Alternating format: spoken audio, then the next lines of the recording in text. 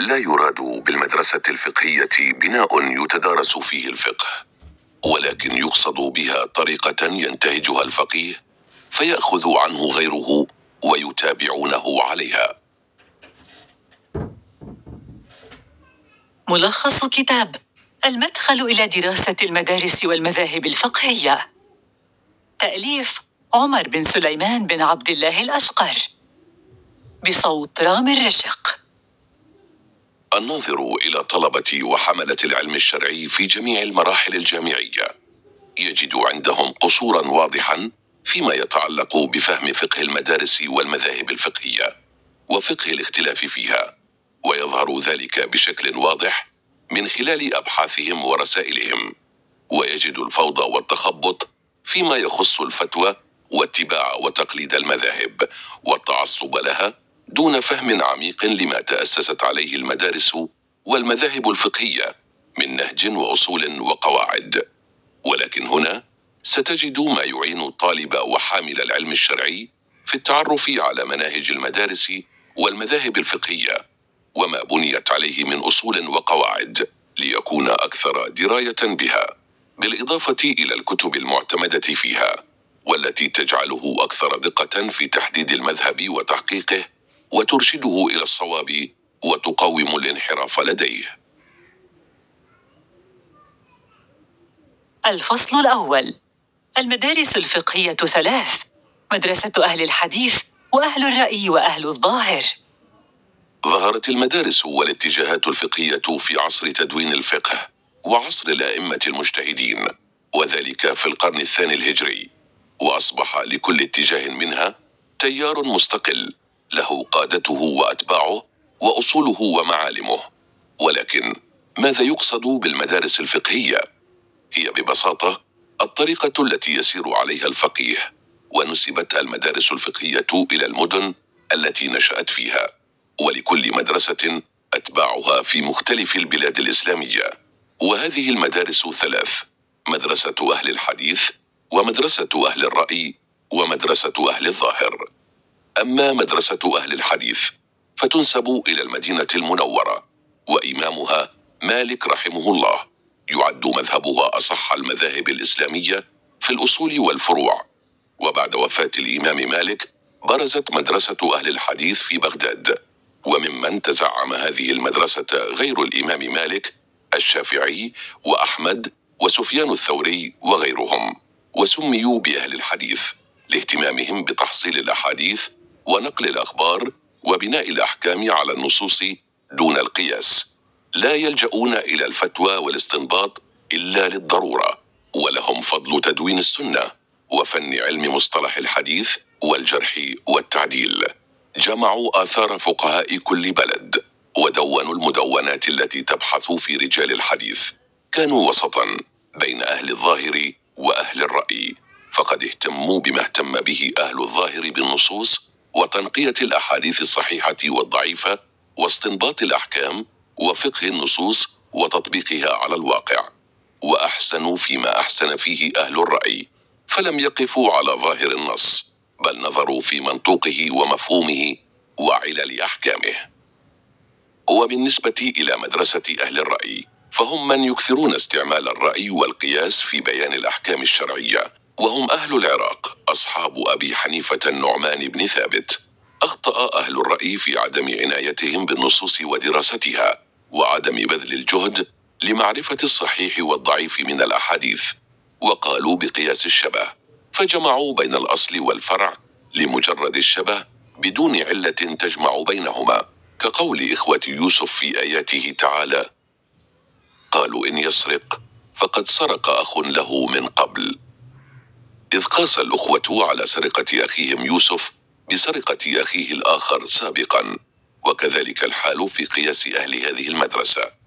أما مدرسة أهل الظاهر فتنسب إلى داود الظاهري، إذ أخذوا بظاهر النصوص ولم يعللوها، فاعتنوا بالنصوص الشرعية حفظا ومدارسة وتفقها، وأخطأوا في وقوفهم عند ظاهر النصوص وعدم فهمها حسب مراد ومقصد الشرع. فمثلا فهموا من قوله تعالى: فلا تقل لهما أف ولا تنهرهما، أن الممنوع والمحرم محصورة بقول أف للوالدين فحسب، أما الضرب والسب وغيره لا يدخل في معنى أف. وتفرع لهذه المدارس الثلاث 4 مذاهب باختلاف أئمتها.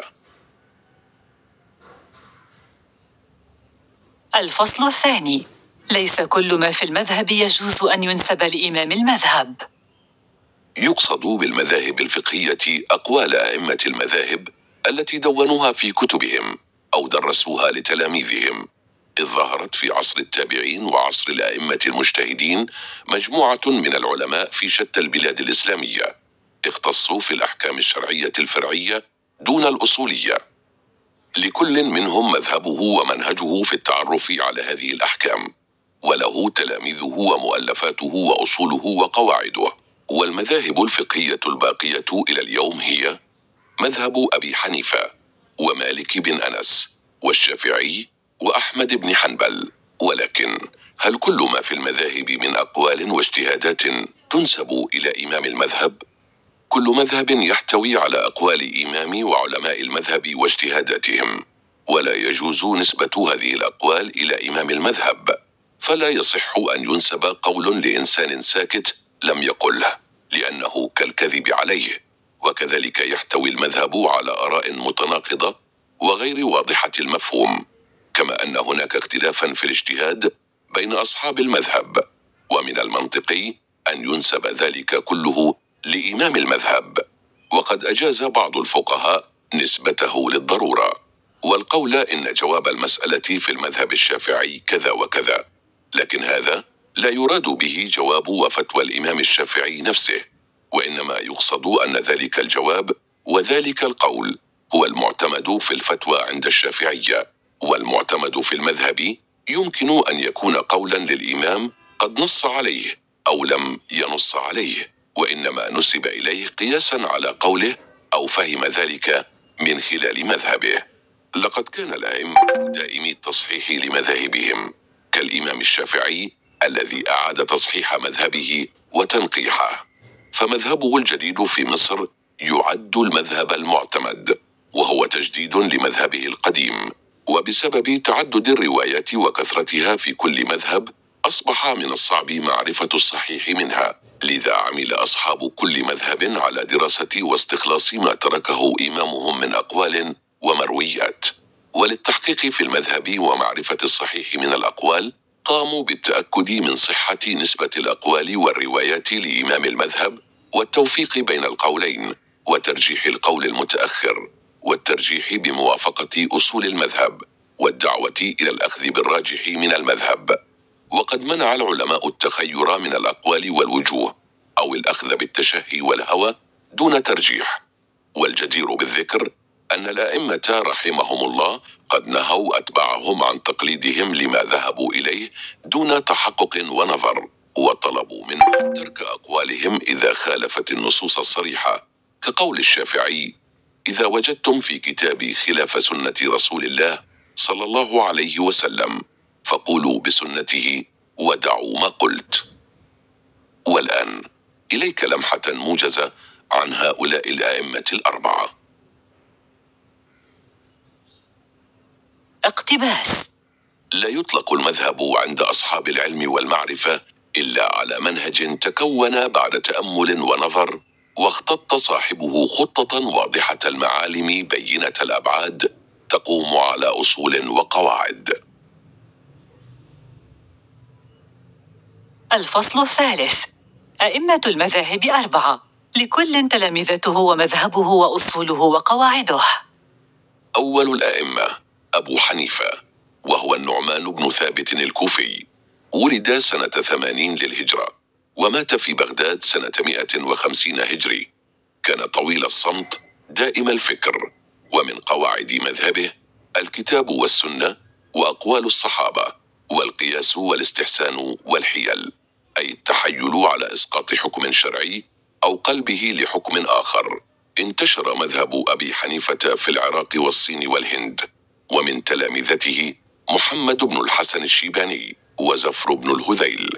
أما ثاني الأئمة فهو مالك بن أنس، هو أبو عبد الله مالك بن أنس بن مالك بن أبي عامر الأصبحي، ولد سنة 95 للهجرة، وتوفي في المدينة سنة 179 للهجرة. إنه من علماء رواية الحديث وضبطه. من قواعد مذهبه الكتاب والسنة والإجماع وإجماع أهل المدينة، إضافة إلى القياس وقول الصحابي والمصلحة المرسلة، أي اعتماد الاستدلال على المصالح المقصودة في الشرع والعرف والعادات، وسد الذرائع، أي النهي عن أمر غير ممنوع لنفسه، ولكن يخاف المرء عند ارتكابه أن يقع بسببه في ممنوع، فضلا عن الاستحسان والاستصحاب. انتشر مذهبه انتشارا واسعا في مصر، ومن أشهر تلامذته الإمام الشافعي. ثالث الأئمة الشافعي هو الإمام أبو عبد الله محمد بن إدريس بن العباس بن عثمان بن شافع بن السائب بن عبد الله بن عبيد بن هاشم بن عبد المطلب بن عبد مناف بن قصي القرشي.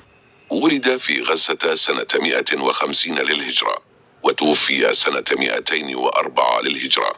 تعلم القرآن ل9 سنين، وأفتى وهو ابن 15. من أصول مذهبه الكتاب والسنة والإجماع وقول الصحابي والقياس على بعض الطبقات والعمل به عند الحاجة والضرورة. انتشر مذهب الشافعي في بلاد العراق وخراسان، ومن تلامذته الإمام أحمد بن حنبل، وهو رابع الأئمة. إنه الإمام أحمد بن محمد بن حنبل أبو عبد الله الشيباني، إمام أهل السنة. ولد في بغداد سنة 164 للهجرة، وتوفي سنة 241 للهجرة. تعمق في علم الحديث، ومن أصول مذهبه الكتاب والسنة والإجماع وقول الصحابي والقياس والاستصحاب، أي إبقاء الشيء على حكمه السابق ما لم يغيره مغير شرعي، والأخذ بالمرسل والحديث الضعيف. لم يقدر للمذهب الحنبلي أن ينتشر كبقية المذاهب، وذلك بسبب اعتزال أتباعه الدنيا والسلاطين وزهدهم في التدريس وانصرافهم للتعبد، ولكنه انتشر في بلاد نجد لاحقا بعد أن قام الإمام المجدد محمد بن عبد الوهاب فيها. ومن أشهر تلامذة الحنبلي الذين نشروا مذهبه ابناه صالح وعبد الله. والسؤال الآن: هل يجوز تقليد الأئمة في مذاهبهم؟ الفصل الرابع: الدعوة إلى التقليد دعوة إلى الجمود وتعطيل العقل والإبداع. يعد التقليد من المفاهيم الخاطئة التي انتشرت، بل والتي قيل بوجوبها لمذهب معين من مذاهب الأئمة، ولكن في الحقيقة لا يجوز التقليد حتى ولو كان تقليدا للصحابة رضوان الله عليهم، إذ إن في ذلك دعوة خطيرة، فهي بمثابة دعوة إلى جمود وتعطيل العقل والإبداع. فهناك من الفقهاء من تشدد في ذلك، وقال إنه يجب تقليد إمام من الأئمة دون غيرهم، وآخرون قالوا يحرم تقليد الصحابة وعلماء التابعين. وهناك من العلماء من رفض دعوى وجوب التقليد لعدم الدليل من الكتاب والسنة، ولأنه يؤدي إلى هجرهما وتعطيل العقل. وآخرون من ذهبوا إلى القول بتحريم التقليد تحريما مطلقا. وفي هذا يقسم التقليد إلى 3 أقسام: قسم يحرم القول به والأخذ به، وقسم يوجب القول فيه والأخذ به، وقسم يسمح به ولا يوجب الذهاب إليه. والإنسان العامي لا مذهب له، فهو يقلد ويتبع مفتيه فيما يستفتيه ويسأله، فلا يجوز له التمذهب بمذهب معين. والمذهب لا يكون إلا لمن له بحث واطلاع ونظر واستدلال وترجيح، أو قرأ كتابا في فروع ذلك المذهب وعلى علم بفتوى إمامه وأقواله.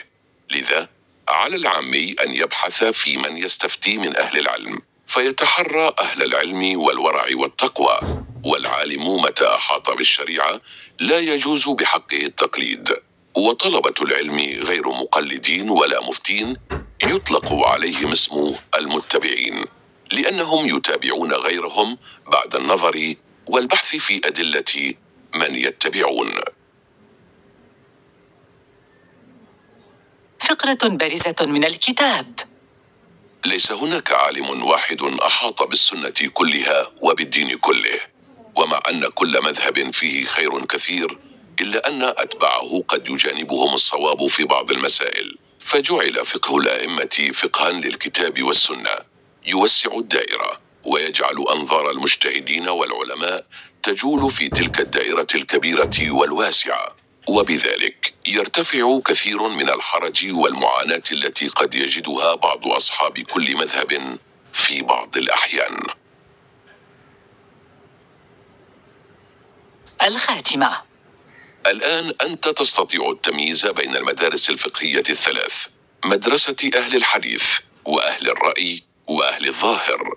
ولا شك أن المذاهب والمدارس الفقهية متقاربة فيما بينها، وإن اختلفت في منهجها، وأئمة المذاهب 4 لكل تلامذته وأصوله وقواعده، ولكن هدفهم ومقصدهم واحد، وهو الوصول إلى حكم الله. يتبعون ويبحثون عن الحق في مسائل الفقه، فالاختيار من الأقوال والمذاهب محكوم بالدليل، وليس كل ما في المذهب يجوز أن ينسب لإمام المذهب، لأن المذهب يحتوي على آراء متناقضة وغير واضحة المفهوم على نحو يتطلب التحقيق والتأكد من صحة نسبة الأقوال والروايات لكل منها. وإذا أردنا النهوض وتقديم النفع للأمة وللإنسانية، لا بد لنا من الفهم الصحيح للفقه الإسلامي ومدارسه ومذاهبه، من خلال فهم واقعها وما تقوم عليه من أصول ومناهج وقواعد، في سبيل نبذ التقليد الأعمى المؤدي إلى الجمود وتعطيل العقل والإبداع.